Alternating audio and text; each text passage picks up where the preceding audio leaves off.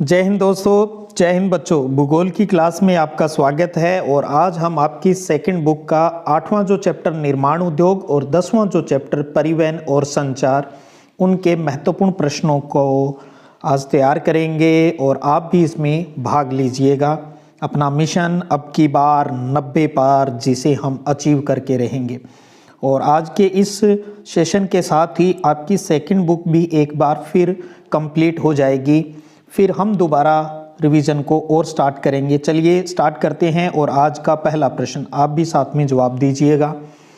भारतीय लौह इस्पात कंपनी का प्रथम कारखाना कहाँ स्थापित किया गया था? आयरन स्टील कंपनी का पहला कारखाना, इसको का पहला कारखाना कहाँ स्थापित किया गया था? ऑप्शन आपके सामने लिखे हुए हैं, बताइएगा सही आंसर क्या है। बिल्कुल राइट, हीरापुर के अंदर इसको का पहला कारखाना है वो स्थापित किया गया था। दूसरा आपको पता है कुल्टी में किया गया था। चलिए आगे बढ़ते हैं। दूसरा प्रश्न, steel authority of India limited SAIL SAIL steel authority of India limited की स्थापना कब की गई थी? ऑप्शन आपके सामने लिखे हुए हैं, बताइएगा सेल की स्थापना है वो कब हुई थी? 1973 में, बिल्कुल सही, 1973 में सेल की स्थापना है वो इंडिया में हुई थी। अगला प्रश्न है कि राउरकेला, भिलाई और दुर्गापुर 3 संयंत्रों की बात हो रही है। ये किस पंचवर्षीय योजना में स्थापित किए गए, ये बताना है आपको। राउरकेला, भिलाई और दुर्गापुर जो आयरन स्टील इंडस्ट्री है, इनकी स्थापना किस पंचवर्षीय योजना में?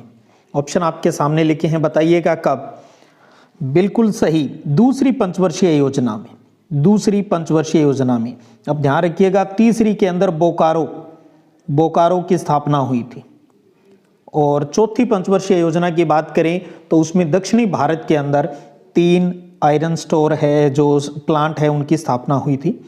अगला प्रश्न देखिएगा, चौथा, तमिलनाडु में सेलम इस्पात संयंत्र है वो कब चालू किया गया था? ये बताना है आपको। सेलम साउथ इंडिया के अंदर है, चौथी पंचवर्षीय योजना में स्थापित हुआ, लेकिन ये स्टार्ट कब हो गया था इसके बारे में बताना है। ऑप्शन आपके सामने लिखे हुए हैं, बताइएगा सही उत्तर क्या होगा। बिल्कुल सही, 1982 में सेलम इस्पात संयंत्र है वो स्टार्ट हो गया था। अगला प्रश्न है कि भारत का बोकारो शहर किस उद्योग के लिए प्रसिद्ध है? बहुत अच्छा प्रश्न है। जो बोकारो है, बोकारो आयरन स्टील इंडस्ट्री है, किस उद्योग के लिए प्रसिद्ध है? बोल ही दिया। ऑप्शन आपके सामने, तो लौह इस्पात उद्योग के लिए, आयरन स्टील इंडस्ट्री के लिए ये प्रसिद्ध है। अगला प्रश्न देखिएगा, भिलाई इस्पात संयंत्र है वो किस राज्य में अवस्थित है? ये बताना है आपको। ऑप्शन आपके सामने लिखे हुए हैं, तो बताइएगा भिलाई जो आयरन स्टील इंडस्ट्री है वो कहाँ पर स्थापित है, उस स्टेट का नाम बताना है, यानी भिलाई कहाँ है? बिल्कुल सही, छत्तीसगढ़ में। एक बार पुनः आप सबको बताना चाहूँ, जो स्टील इंडस्ट्री के जो ये प्लांट है, पहली पंचवर्षीय योजना, दूसरी, तीसरी और चौथी पंचवर्षीय योजना में स्थापित हुए, उन संयंत्रों के स्टेट और साथ में किन के सहयोग से स्थापित हुए, ये आपको अच्छे से तैयार है वो करना है। 100% बोर्ड परीक्षा में प्रश्न आएगा। उसके बाद भिलाई और बोकारो 2 इस्पात संयंत्र की यहाँ पर बात हो रही है। इनकी स्थापना है वो किस देश के सहयोग से? दोनों ही बी भिलाई और बी बोकारो, इन दोनों की स्थापना किस देश के सहयोग से हुई? ब्रिटेन, अमेरिका, जर्मनी या रूस? बहुत प्यारा प्रश्न है, ध्यान रखिएगा। इन दोनों की ही स्थापना है वो किस देश के सहयोग से हुई? रसिया के सहयोग से, रूस के सहयोग से। उस टाइम रूस है वो सोवियत संघ के नाम से जाना जाता था, USSR। बाद में वो आपको पता है 1991 में सोवियत संघ का विघटन हो गया था 15 देशों में, और सबसे बड़ा देश है वो रूस है, तो इसलिए आज हम रूस शब्द का इस्तेमाल करते हैं। तो भिलाई और बोकारो इस्पात संयंत्र की स्थापना रूस के सहयोग से हुई है, दोनों बी वालों की। उसके बाद अगला प्रश्न देखिएगा कि भारत में पहली आधुनिक सूती मिल की स्थापना कब हुई और कहां पर हुई? ये बताना है आपको। ऑप्शन आपके सामने लिखे हुए हैं। कोई जल्दबाजी करने की बजाय थोड़ा सा प्रश्न को समझकर अच्छे से आंसर दीजिएगा। आधुनिक सूती मिल कब और कहां स्थापित हुई भारत में? बिल्कुल सही, 1854 में मुंबई में। 1854 के अंदर मुंबई में भारत के अंदर पहली आधुनिक सूती मिल की स्थापना हुई थी। अगला प्रश्न है कि भारत में नई औद्योगिक नीति 1991 का मुख्य लक्ष्य क्या है? उदारीकरण, निजीकरण, वैश्वीकरण या उपरोक्त सभी? तो ध्यान दीजिए, अच्छा प्रश्न बनता है। नई औद्योगिक नीति 1991 का, और इनका मुख्य लक्ष्य क्या था? इन तीनों को ही प्राप्त करना, उदारीकरण, निजीकरण और वैश्वीकरण, तीनों को ही प्राप्त करना मुख्य लक्ष्य है। तो इसलिए सही आंसर क्या हो गया? 4 नंबर ऑप्शन। बहुत अच्छे चल रहे हो आप सब। अगला प्रश्न, 1961 में नेफ्ता पर आधारित सार्वजनिक सेक्टर का पहला रासायनिक उद्योग कहां स्थापित किया गया? ऑप्शन आपके सामने लिखा है। 1961 नेफ्ता पर आधारित पहला केमिकल इंडस्ट्री है, वो कहां स्थापित हुई? बरौनी, मुंबई, पिंपरी या नागपुर के अंदर? बताइएगा सही आंसर। बिल्कुल राइट, मुंबई के अंदर।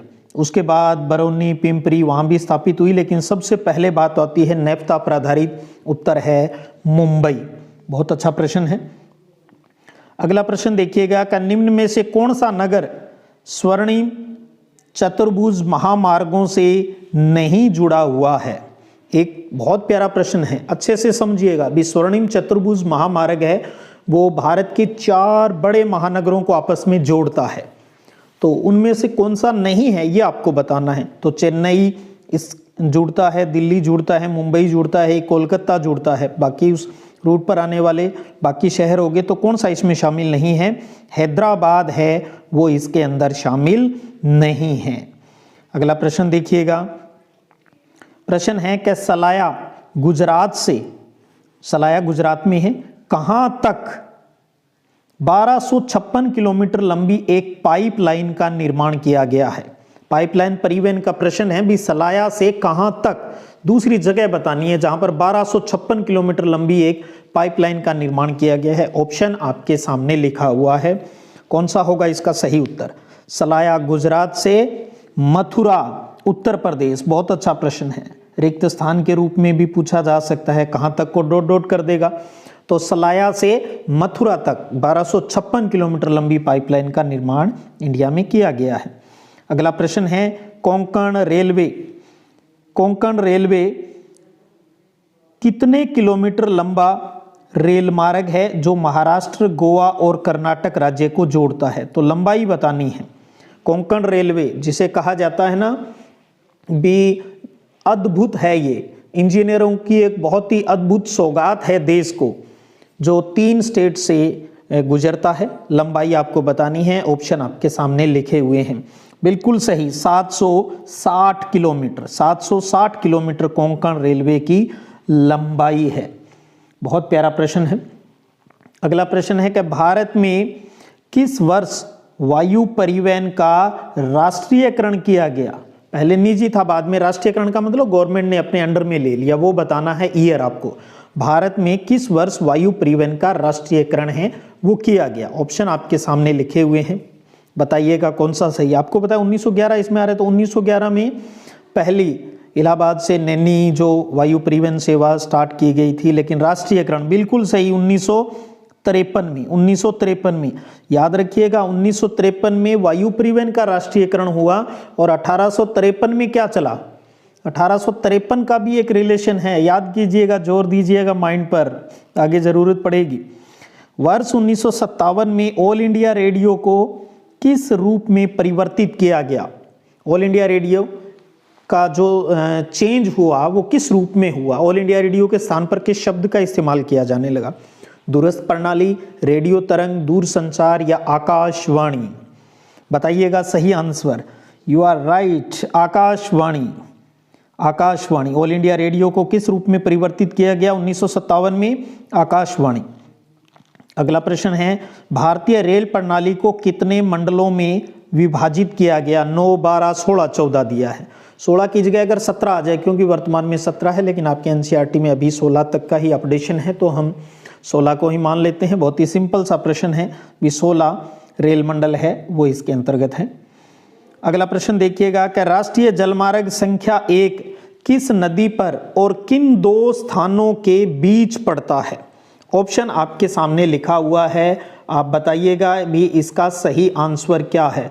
बहुत ही प्यारा प्रश्न है, उम्मीद करूं भी आप बिल्कुल सही। राष्ट्रीय जलमार्ग के जो आपके 5 जलमार्ग दिए गए हैं उनको आपको अच्छे से तैयार करना है और इसमें आपको ये भी ध्यान रखना है भी सबसे बड़ा कौन सा है, सबसे छोटा कौन सा है, ताकि आपका अच्छे से प्रश्न है वो तैयार हो जाए। तो राष्ट्रीय जलमार्ग संख्या 1 सही आंसर क्या हुआ? बिल्कुल सही, गंगा नदी का नाम आता है और हल्दिया से इलाहाबाद से हल्दिया विस्तार तक, और लंबाई भी याद रखिएगा कितना है, 1620 किलोमीटर है। इस आधार पर यह सबसे लंबा राष्ट्रीय जलमार्ग है। यह भारत के सर्वाधिक महत्वपूर्ण जलमार्गों में से एक है जो यंत्रीकृत नौकाओं द्वारा पटना बिहार है तक साधारण नौकाओं द्वारा हरिद्वार तक नौकायन योग्य है। और इसके भी 3 भाग आपको याद होगा, हल्दिया फरक्का तक 560 किलोमीटर, फरक्का से पटना तक 460 किलोमीटर, पटना से इलाहाबाद 600, टोटल जोड़ें तो 1620 किलोमीटर हो जाता है। गंगा नदी मुख्य है, उसके बाद भागीरथी और हुगली नदी का भी कुछ भाग इस पर आता है। बहुत प्यारा प्रश्न है। अगला प्रश्न है कि निम्न में से किस वर्ष में पहला रेडियो कार्यक्रम प्रसारित हुआ था? बताइएगा कब हुआ था? पहला रेडियो कार्यक्रम कब प्रसारित हुआ? बिल्कुल सही, 1923 में। 1923 में भारत के अंदर पहला रेडियो कार्यक्रम है वो प्रसारित हुआ था। अगला प्रश्न है, बहुत ही प्यारा प्रश्न, मुझे बहुत प्यारा प्रश्न लगता है ये, कि संचार की, कम्युनिकेशन की वह विधा जो संचार के अन्य साधनों का नियमन करती है, रेगुलेशन करती है, वो कौन सी है? ऑप्शन आपके सामने लिखे हुए हैं, दूरभाष, इंटरनेट, उपग्रह संचार और टेलीविजन। इनमें से कौन सी विधा है जो अन्यों का नियमन करती है? बहुत प्यारा प्रश्न है, तो ध्यान दीजिए, सही आंसर है उपग्रह संचार, सैटेलाइट कम्युनिकेशन। उपग्रह संचार की स्वयं में एक विधा है और संचार के अन्य साधनों का ये रेगुलेशन भी करती है। बहुत प्यारा प्रश्न है। अगला प्रश्न है कि संचार का साधन जो सार्वजनिक संचार तंत्र का भाग है वो कौन सा है? सार्वजनिक संचार तंत्र, सार्वजनिक संचार तंत्र मतलब जो जन संचार तंत्र हैं उनके बारे में। तो देखिएगा, पत्र ये व्यक्तिक में आता है, तार या टेलीग्राम ये भी व्यक्तिक में है, इंडिविजुअल में है, और समाचार पत्र और फैक्स है ये भी व्यक्तिक के अंदर है। ध्यान रखिएगा, पत्र, टेलीफोन, तार, फैक्स, ईमेल और इंटरनेट ये इंडिविजुअल है, व्यक्तिक है। और सार्वजनिक की बात करें जो ज़्यादा लोगों तक पहुंचता है, समस्त जनता तक सूचनाएं या संदेश भेजने का जो साधन है वो सार्वजनिक या जनसंचार तंत्र है, तो वो हो गया समाचार पत्र। इसके अलावा रेडियो, टेलीविजन, सिनेमा, उपग्रह, सैटेलाइट, पुस्तकें, पत्रिकाएं, जो सम्मेलन, सेमिनार वगैरह होते हैं वो सारे सार्वजनिक में आते हैं। तो अच्छे से उनको तैयार कीजिएगा। अगला प्रश्न है कि national remote sensing centre NRSC का मुख्यालय कहाँ पर है? जयपुर, भोपाल, बेंगलुरु, हैदराबाद। तो बताइएगा, नेशनल रिमोट सेंसिंग सेंटर का मुख्यालय कहाँ पर है? बिल्कुल सही, हैदराबाद में है, हैदराबाद में है। ये क्या करता है? जो आंकड़े हैं उनका अधिग्रहण करता है और प्रक्रमण की, प्रोसेसिंग की सुविधा उपलब्ध करवाता है। इसका काम क्या है? ध्यान रखिएगा, NRSC का डाटा को अधिग्रहण करना, इक्वेशन करता है और प्रोसेसिंग की सुविधा देता है डाटा को, ये इसका मूल काम है। उसके बाद अगला प्रश्न है कि सीमा सड़क संगठन की स्थापना है वो कब हुई? ऑप्शन आपके सामने लिखे हुए हैं, बताना है सीमा सड़क संगठन की स्थापना है वो कब हुई, BRO की स्थापना कब हुई? बताइएगा कौन सा ऑप्शन इसका सही होगा? बिल्कुल सही, मई 1960, मई 1960 में सीमा सड़क संगठन की स्थापना है वो हुई। ये दुर्गम क्षेत्रों के अंतर्गत पहाड़ी क्षेत्रों में सड़कें बनाने का उत्तरदायित्व निभाता है। अगला प्रश्न है कि भारत में उत्तर पश्चिमी रेलवे का मुख्यालय कहाँ पर है? उत्तर पश्चिमी रेलवे का मुख्यालय दिल्ली, इलाहाबाद, गोरखपुर, जयपुर। तो उत्तर पश्चिमी रेलवे का जो मुख्यालय है वो कहां पर है? राजस्थान के अंदर, जयपुर में। बहुत अच्छा, जयपुर के अंदर है उत्तर पश्चिमी रेलवे का मुख्यालय। नई दिल्ली की बात आती है तो ध्यान रखिएगा उत्तरी रेलवे का मुख्यालय है, उत्तरी रेलवे का मुख्यालय है। इलाहाबाद की बात करें तो उत्तरी मध्य, नॉर्थ सेंट्रल जो है वो इसका उत्तर होता है इलाहाबाद। गोरखपुर की बात आती है तो नॉर्थ ईस्टर्न रेलवे का मुख्यालय है वो गोरखपुर के अंदर है। अगला प्रश्न देखिएगा, आप है ना हर प्रश्न से जुड़े हुए साथ के प्रश्न भी समझते चलें। भारत में सर्वप्रथम रेल का संचालन कहां हुआ? मुंबई से थाने के बीच हुआ। एक प्रश्न तो इसमें देखिए ये रहा। और मुंबई से थाने के बीच की दूरी क्या है? 34 किलोमीटर। तो दो प्रश्न तो पहले प्रश्न में ही आ गए। अब बात यह है भी रेल का संचालन मुंबई से थाने के बीच 34 किलोमीटर वो हुआ कब, ये बात बतानी है। विश्व की बात आती है तो आपको पता है सितंबर 1825 में इंग्लैंड में ट्रेन चली थी। ये तो भारत की बात हो रही है। बताइएगा सही तारीख क्या है? सही तारीख बताइएगा। बिल्कुल सही, अप्रैल 1853। और एग्जैक्ट डेट याद रखें तो 16 अप्रैल 1853। तो अप्रैल 1853 के अंदर भारत में पहली रेल है उसका संचालन किया गया था। अगला प्रश्न देखिएगा कि भारतीय रेलवे ने विविध संस्कृति के लोगों को एक साथ लाकर भारत के स्वतंत्रता संग्राम में योगदान दिया है, ये कथन किसका है? बहुत प्यारी कोटेशन है, पूछी जा सकती है परीक्षा में। तो किसका है सही कोटेशन, ये आपको बताना है। बिल्कुल सही, महात्मा गांधी, गांधी जी ने, राष्ट्रपिता महात्मा गांधी ने रेलवे के लिए ये बात है वो कही थी।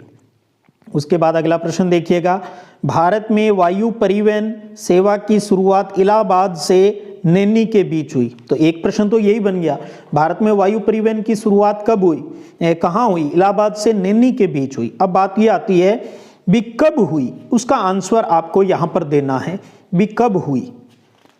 तो सन ऑप्शन है वो आपके सामने लिखे हुए हैं। और एक बात ये भी बता दूं, इलाहाबाद से नैनी 10 किलोमीटर की दूरी है। तो सही आंसर क्या है? बिल्कुल सही, 2 नंबर ऑप्शन, 1911 में। और याद रखिएगा इसका राष्ट्रीयकरण कब हुआ था? 1953 में। वायु परिवहन सेवा का राष्ट्रीयकरण 1953 में। तब 2 निगम बने थे, एयर इंडिया लिमिटेड और इंडियन एयरलाइंस। और बाद में इन दोनों की जगह भी एक आ गया, इंडियन एयरलाइंस आ गया। 2005 में इसका नाम भी इंडियन रखा गया था। और अब आपको पता है इसका भी निजीकरण हो रहा है, वापस टाटा वालों के पास जा रहा है ये वायु परिवहन सेवा।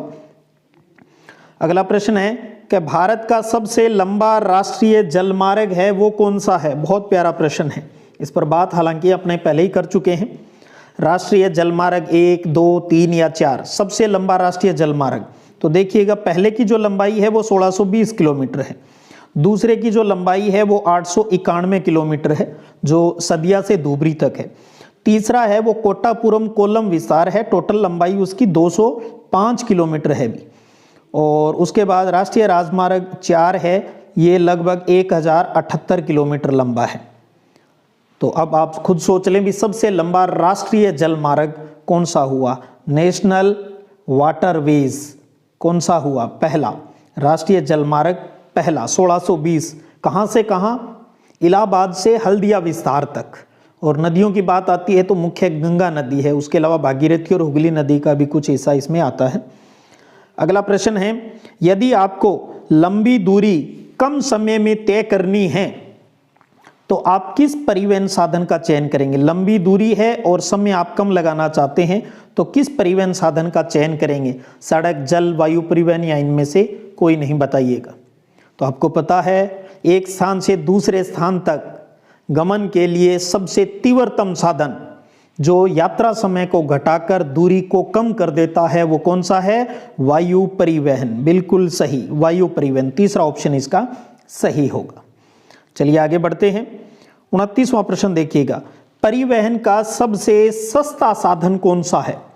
परिवहन का सबसे सस्ता साधन जो भारी और स्थूल सामग्री के परिवहन के लिए सबसे ज्यादा उपयुक्त होता है तो कौन सा होगा? सही आंसर बिल्कुल सही, वाटर ट्रांसपोर्ट, जल परिवहन, जल परिवहन। और इसमें भी आपको पता है इसको 2 भागों के रूप में पढ़ते हैं, आंतरिक जलमार्ग और महासागरीय जलमार्ग के रूप में पढ़ते हैं। तो दूसरा उत्तर हो गया इसका। चलिए आगे बढ़ते हैं और अगला प्रश्न है कि व्यक्तिगत संचार तंत्रों में सर्वाधिक प्रभावी और आधुनिक साधन कौन सा है? पत्र, टेलीफोन, तार और इंटरनेट। सबसे पहले तो ये जानिएगा, ये जो सारे ही हैं ये व्यक्तिगत संचार तंत्रों में, एक मिनट देखिएगा, ये सारे ही व्यक्तिगत संचार तंत्रों में सर्वाधिक प्रभावी, ये सारे ही, पहले तो आप ये समझिएगा ये व्यक्तिगत संचार तंत्र है, तार, पत्र, टेलीफोन और इंटरनेट। लेकिन प्रश्न क्या है कि सर्वाधिक प्रभावी और आधुनिक साधन कौन सा है? बहुत प्यारा प्रश्न है, अच्छे से समझ लीजिएगा। तो उत्तर क्या होगा? इंटरनेट। इंटरनेट। तो ये थे आज के अपने 30 क्वेश्चन। अब आप कमेंट बॉक्स में शेयर कीजिएगा अभी आज आपके कितने प्रश्न सही हुए हैं और कितनी आपने गलतियां की है और गलतियों से आपने क्या सबक है वो लिया है। जीत जाएंगे हम तू अगर संग है, ज़रूरत है एक ईमानदार प्रयास की।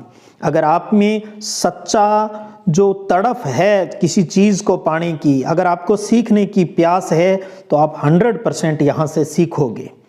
तो अब आप शेयर कीजिएगा आज आपके कितने मार्क्स रहे। चलिएगा आगे फिर मिलेंगे, तब तक जय हिंद, जय भारत।